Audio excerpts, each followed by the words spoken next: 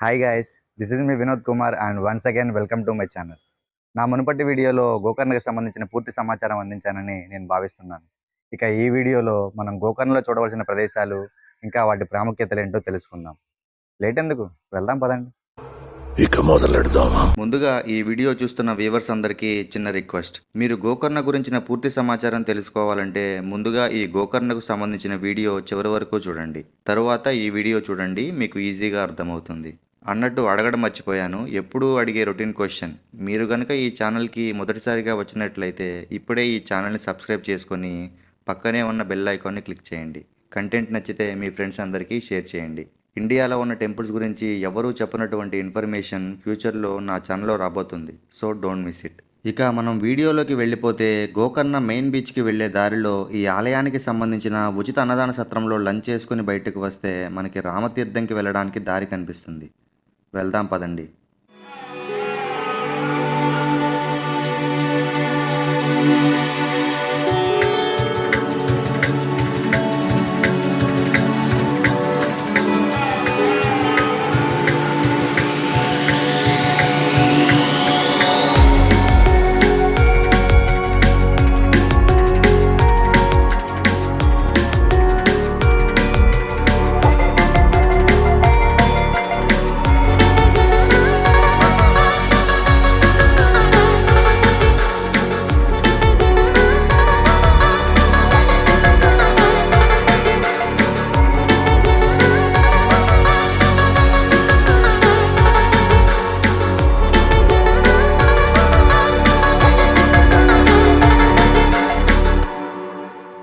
ఫైనల్గా మనం రామతీర్థంకి చేరుకున్నాం.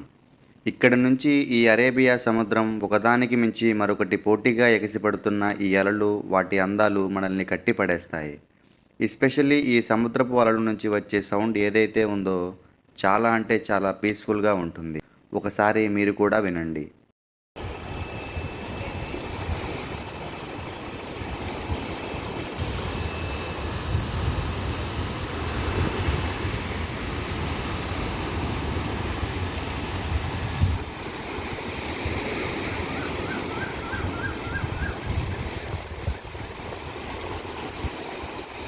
పురాణాల ప్రకారం త్రేతాయుగంలో రామరావణ యుద్ధం ముగిశాక శ్రీరాముడు ఈశ్వరుడి భక్తుడు అయినటువంటి రావణాసురుడిని సంహరించిన తరువాత ఆ పాపం నుంచి విముక్తిని పొందడానికి ఈశ్వరుని క్షేత్రం అయినటువంటి ఈ గోకర్ణకు వచ్చి ఇక్కడ ఉన్నటువంటి కోటి తీర్థంలో స్నానమాచరించి మహాబలేశ్వర స్వామికి పూజలు చేసి ఇప్పుడు మనం చూస్తున్నటువంటి ఈ రామతీర్థాన్ని స్థాపించారట. శ్రీరాముడి చేతుల మీదుగా ఈ తీర్థం స్థాపించబడింది కనుక దీనికి రామతీర్థం అనే పేరు వచ్చింది. ఇక్కడే మనం ఆ రాముల వారిని కూడా దర్శనం చేసుకోవచ్చు. ఈ ఆలయం పక్కనే మనకి సన్సెట్ వ్యూ పాయింట్ ఉంటుంది. ప్రత్యేకంగా ఈ సన్సెట్ చూడటానికే టూరిస్టులు, భక్తులు ఇక్కడికి వస్తుంటారు.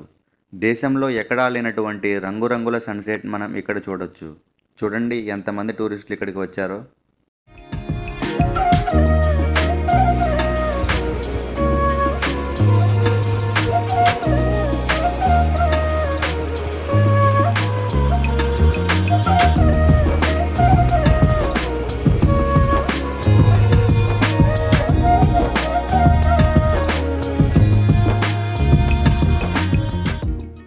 ఇక మనం చూడవలసిన రెండవ ప్రదేశం శ్రీ వెంకటరమణ టెంపుల్. ఇది గోకర్ణ బస్ స్టాండ్ ఎదురుగా రైట్ సైడ్ రోడ్డులో కొంచెం ముందుకు వెళితే వస్తుంది.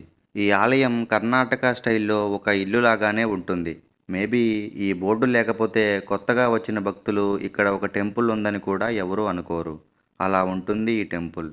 పురాణాల ప్రకారం వినాయకుడు ఆత్మలింగాన్ని భూమిపైన పెట్టేసిన తర్వాత రావణాసురుడు ఆత్మలింగాన్ని తీయడానికి పలుసార్లు ప్రయత్నిస్తాడు.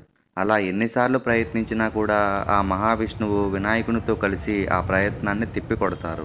అలా ఆ మహావిష్ణువు ఈ ఆత్మలింగాన్ని సంరక్షిస్తున్నట్టుగా స్వామివారి కంటి చూపు శ్రీ మహాబలేశ్వరాలయంపై పడినట్లుగా ఉంటుంది. ఇది మనం ఈ టెంపుల్లో నుంచే ఎక్స్పీరియన్స్ చేయొచ్చు. ఈ టెంపుల్లోని స్వామివారి రక్షణా కవచం ఎల్లప్పుడూ ఆత్మలింగాన్ని అట్టిపెట్టుకునే ఉంటుంది. 4 శతాబ్దాలకు ఒకసారి ఇక్కడ అష్టబంధన కుంభాభిషేకం అనే ఉత్సవం జరుగుతుంది. ఈ ఉత్సవంలో స్వామివారి రక్షణా కవచాన్ని బయటకు తీసి కొన్ని రకాల పూజలు చేసి మళ్ళీ యథాతథంగా దాని స్థానంలో పెట్టేస్తారు. చివరిసారిగా ఈ ఉత్సవం 1983లో జరిగిందట. మనం ఆత్మలింగాన్ని చేతితో తాకుతున్నప్పుడు పైన కనిపిస్తున్న ఈ నల్లటి ఆకారమే ఆ రక్షణా కవచం. స్వామివారి దర్శనం అయిపోయాక ఆలయానికి ఆనుకొని ఉన్న లెఫ్ట్ సైడ్ సందులో కొంచెం ముందుకు వెళితే మనకి కోటి తీర్థం వస్తుంది.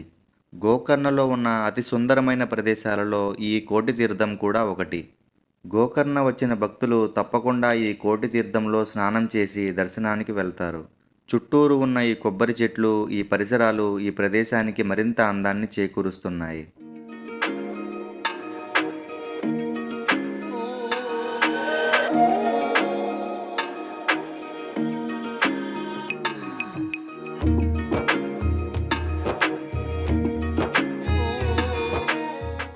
పురాణాల ప్రకారం ఆ పరమశివుడికి కైలాస పర్వతం ఉన్నట్టే బ్రహ్మదేవుడికి కూడా శతశృంగ పర్వతం ఉంటుంది.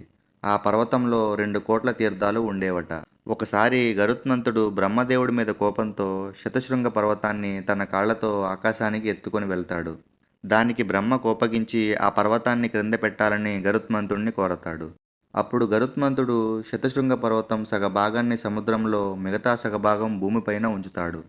అలా ఆ పర్వతంలో ఉండేటటువంటి కోటి తీర్థాలు సముద్రంలో కలిసిపోగా మిగిలిన కోటి తీర్థాలు ఇప్పుడు మనం చూస్తున్నవి. తద్వారానే ఈ ప్రదేశానికి కోటి తీర్థం అనే పేరు వచ్చింది.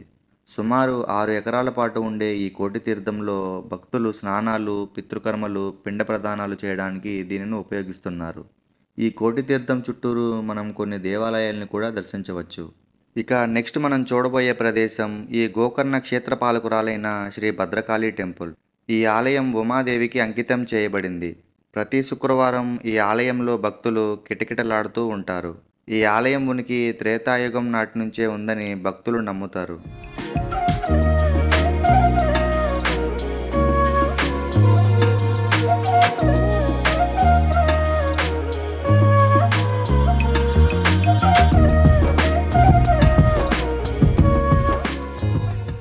ఇక ఈ దేవాలయం చరిత్ర చూసుకుంటే వేత్రాసురుడు అనే అత్యంత శక్తివంతమైన రాక్షసుడు త్రిమూర్తులను ఓడించి 3 లోకాలను ఆక్రమిస్తాడు.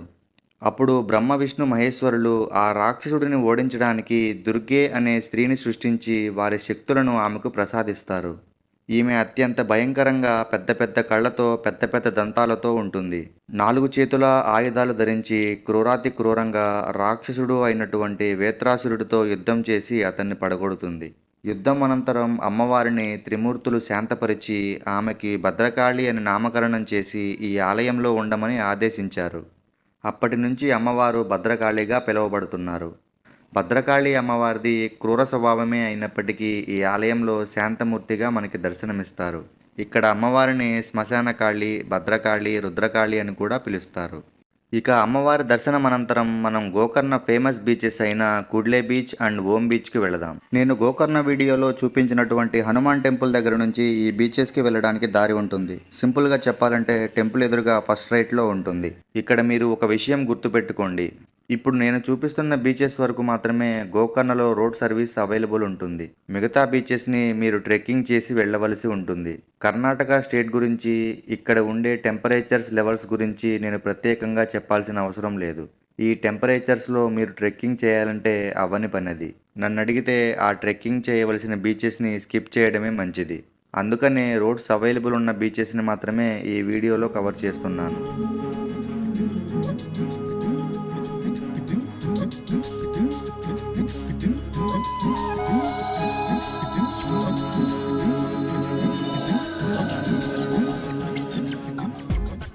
అలా 5 కిలోమీటర్ల జర్నీ తర్వాత ఈ ప్రదేశంలో రోడ్డు 2 వైపులా డివైడ్ అవుతుంది.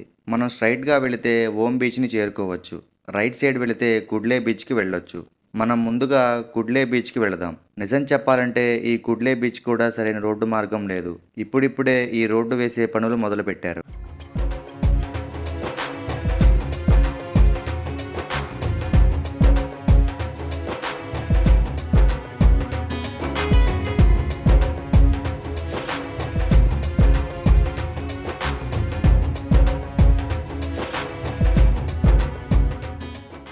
ఈ రోడ్డు మార్గంలోనే రైట్ సైడ్ మనకి గోగర్భ గుహ వస్తుంది. ఫైనలీ 2 కిలోమీటర్ లోపలికి వచ్చాక మనం కుడ్లే బీచ్కి చేరుకున్నాం.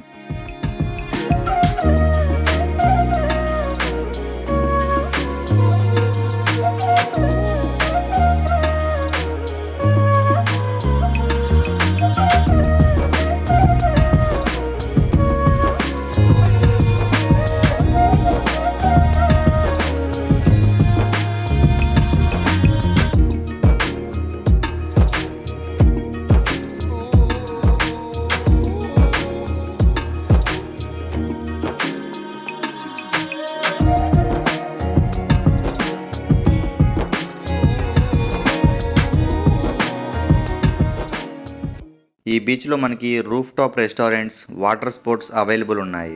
ముఖ్యంగా చెప్పుకోవలసింది ఈ బీచ్లోని వాటర్ గురించి చాలా స్పష్టంగా ఉన్నాయి. ఇక్కడ బోట్ రైడింగ్కి 1 పర్సన్కి 400 రూపీస్ ఛార్జ్ చేస్తున్నారు. ఫ్యామిలీతో సరదాగా గడపడానికి ఈ బీచ్ చాలా అనువుగా ఉంటుంది. నెక్స్ట్ మనం ఓం బీచ్కి వెళదాం. వెళ్ళే దారిలో కుడ్లే బీచ్ వ్యూ పాయింట్ వస్తుంది. అక్కడి నుంచి ఈ బీచ్ వ్యూ నెక్స్ట్ లెవెల్లో ఉంటుంది. సో పదండి అక్కడికి వెళ్ళి చూద్దాం.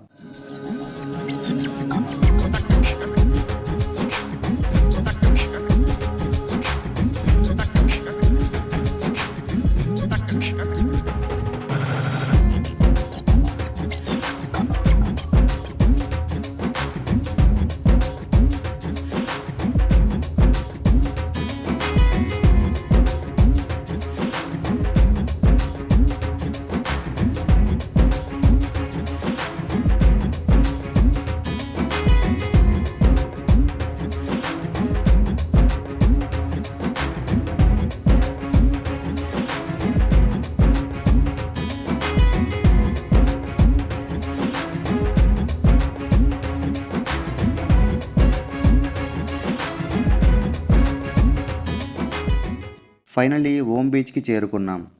ఇక్కడ నుంచి కొన్ని మెట్లు మనం కిందకి దిగితే ఓం బీచ్లోకి వెళ్ళవచ్చు.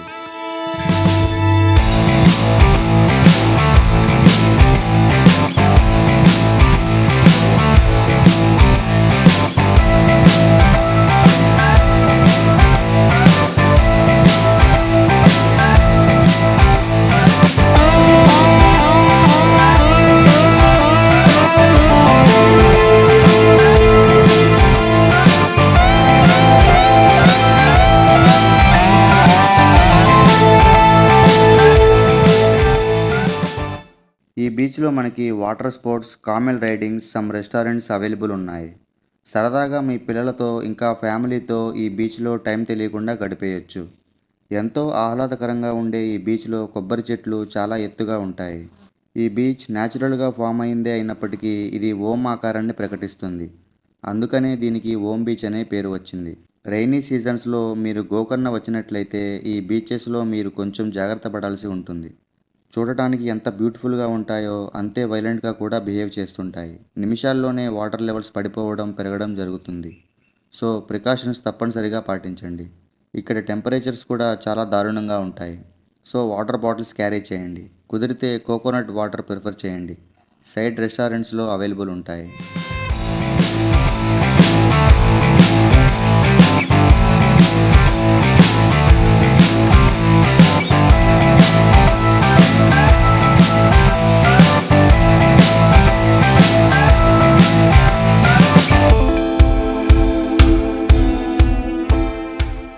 ఇక ఈ ఓం బీచ్ ఎండింగ్ పాయింట్ నుంచి మీరు ట్రెక్కింగ్ ద్వారా half moon beach and paradise బీచ్ని చేరుకోవచ్చు. మీకు ట్రెక్కింగ్ చేయాలని ఇంట్రెస్ట్ ఉంటేనే మీరు ఆ బీచెస్ని కూడా ఎక్స్ప్లోర్ చేయండి. లేదంటే టేక్ యువర్ ఓన్ రిస్క్. ఇంతటితో నా ఈ గోకర్ణ యాత్ర 3 కొబ్బరి బొండాలు, 6 బటర్ మిల్క్ ప్యాకెట్లతో ముగిసింది. నెక్స్ట్ నేను మురుడేశ్వర్ బయలుదేరుతున్నాను. ఈ మురుడేశ్వర్కి సంబంధించిన వీడియో నా ఛానల్లో ఆల్రెడీ అప్లోడ్ చేశాను. ఇంట్రెస్ట్ ఉన్న వాళ్ళు ఒకసారి చూడండి. ఈ వీడియో ఎండ్ కార్డ్స్లో వదిలేస్తాను.